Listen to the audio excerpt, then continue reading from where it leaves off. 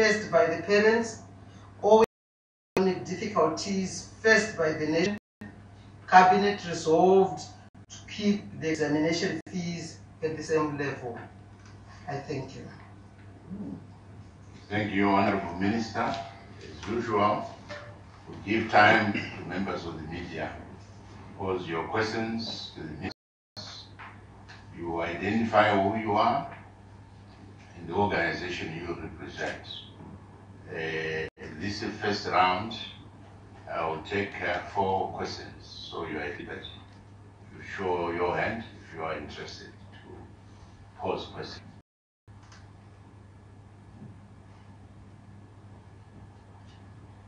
Yes, please, you are always the leader. Thank you. Takuchi Mbakwe from Papers TV. My first question is regards the last point you made. Exam fees are going to remain at the same levels they were last year, considering the rising prices of different commodities and service provision. Would this be making the ministry viable enough to supply be it material that are needed for students who are going to be writing exams this year? Thank you. And then my second. Yes, please. That's fine. Thank you very much. What? Huh? There's another one. Is there one? Yeah, very interesting. One.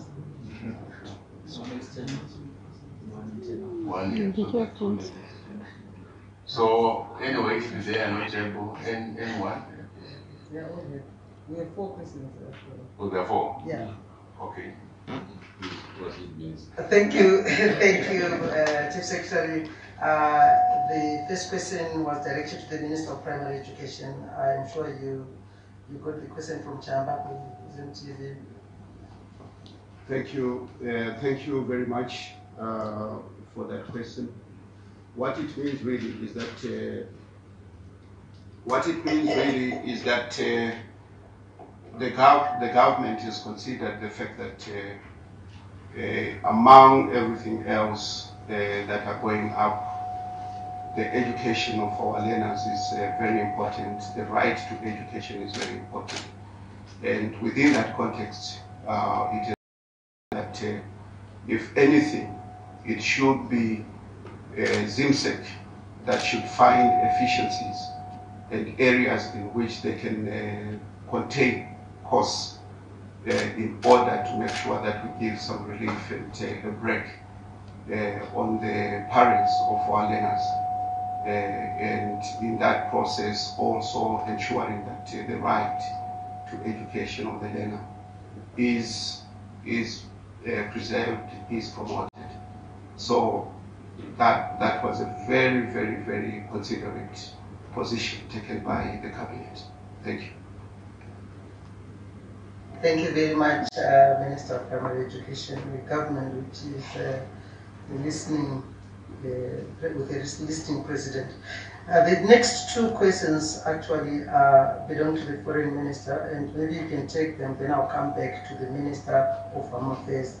There was the first question which came from, no, I don't remember, but it was about Ethiopian Airways deal in terms of any timelines, and then the other one was from Owen Mandova, which was talking to the African Continent of Free Trade. Thank you, Foreign Minister.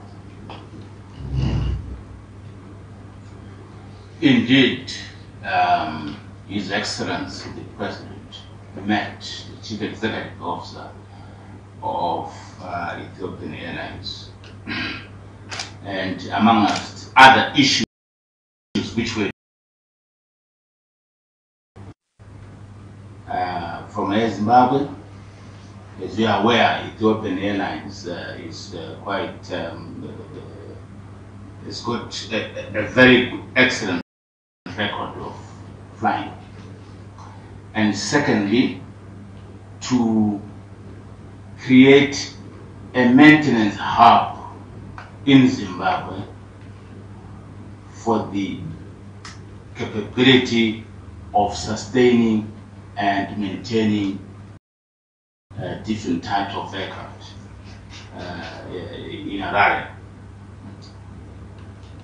In terms of the timelines, in fact, that position is that immediately after today's cabinet, the Minister of Transport was getting in touch with the Chief Executive of the Ethiopian Airlines so that that process and the invitation of the CEO is made instantly.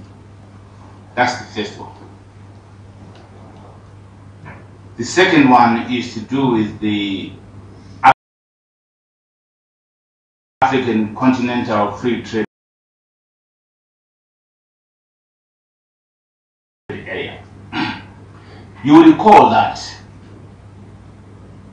in Kigali, the African Continental Free Trade Area was launched and was signed by a majority of nations. But a lot of nations had not ratified the agreement.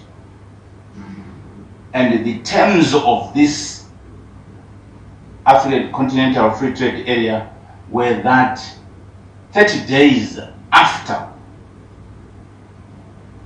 the achievement of 22 signatories who have ratified and have deposited these instruments with the African Union Commission, then the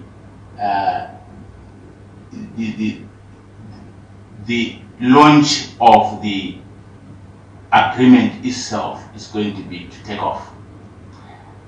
This is an agreement which is very plausible and is important to Africa, 1.2 billion of people, and it reinvigorates the market within the African continent. But one of the key fundamentals is that it is an agreement which must go along with industrialization at the same time with this free trade area. Otherwise, you don't want to create situations like in certain countries where you become supermarkets of certain industrialized countries. I thought.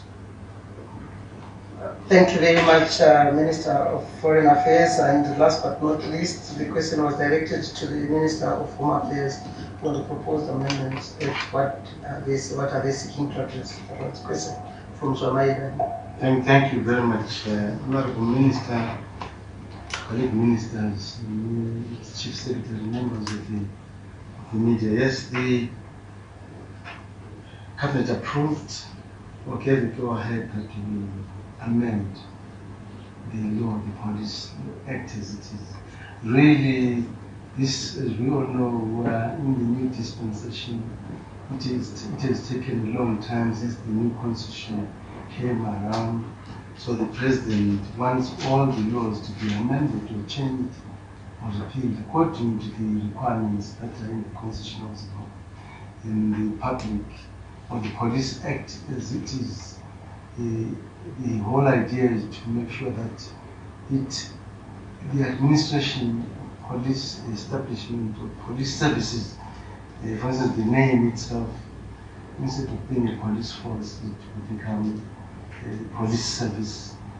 The role of the Zimbabwe Republic Police or the Zimbabwe Police Service Commission, what is its role? The role has to be streamlined just to be what the Constitution says, the role of the Minister, and the role of His Excellency himself. It's really mainly administrative to align the old Act in terms of administration or the establishment of the police force of Zimbabwe. Thank you very much. Thank you very much. Thank you very much, Minister.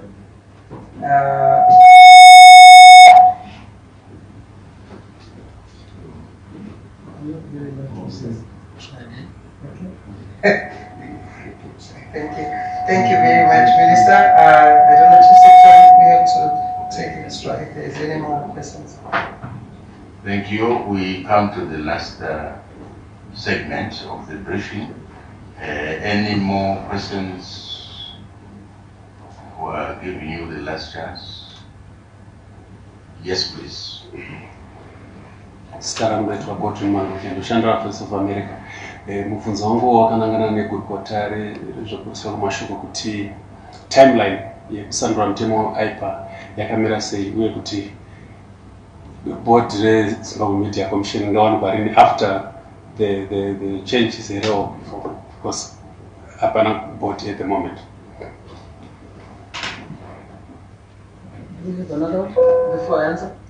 Do you have another question? We have, yes, please. Yeah, thank you so much. I'm Leo from Zimbabwe Gvt. My question is to the Minister of Home Affairs. Minister, what has prompted the amendment of the Police Act, and which specific sections do you think are to be amended? Thank you. Do we again have another one? Third one?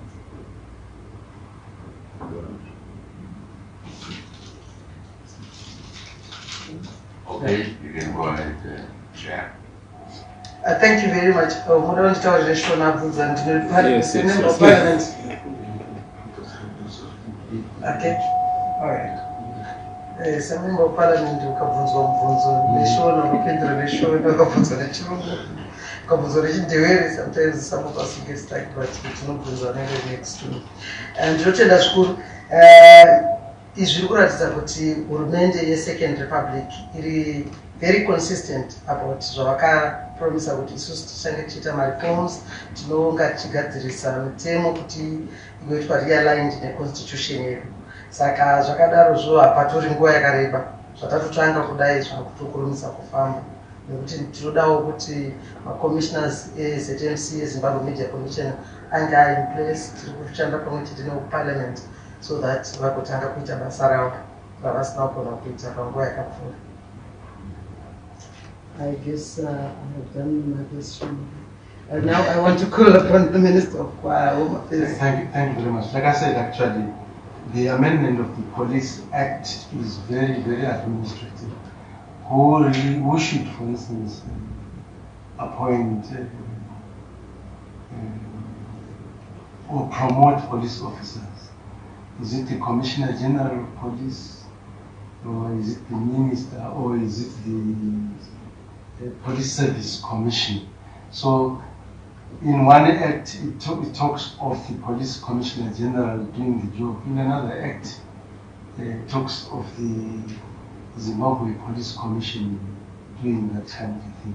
So, these really are mainly administrative issues. Like what is the role of the Minister in the establishment of the police service in Zimbabwe?